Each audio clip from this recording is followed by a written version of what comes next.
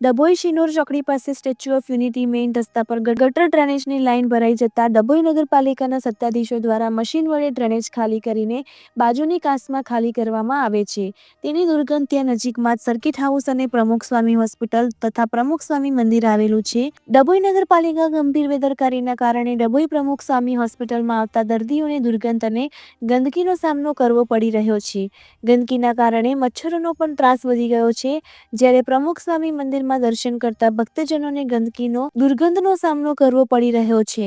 Circuit house ખાતે VIP નેતાઓ અને વીઆઈપી લોકો આવતા હોય, જો નગરપાલિકા દ્વારા કાંસમાં ગંદુ પાણી છોડીને દુર્ગંધનો આ તમામ લોકોને સામનો કરવો પડે, મચ્છરોનો પણ ત્રાસ જોવા મળી રહ્યો છે.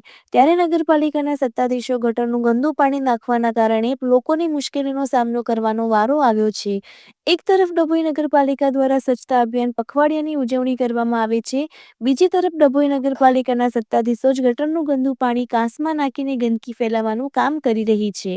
મુખ્ય માર્ગ હોય, અહીં આવતા દેશ-વિદેશના પ્રવાસીઓ પણ અહીંથી જ પસાર થાય છે. તેઓને પણ આ દુર્ગંધનો સામનો કરવાનો વારો આવશે.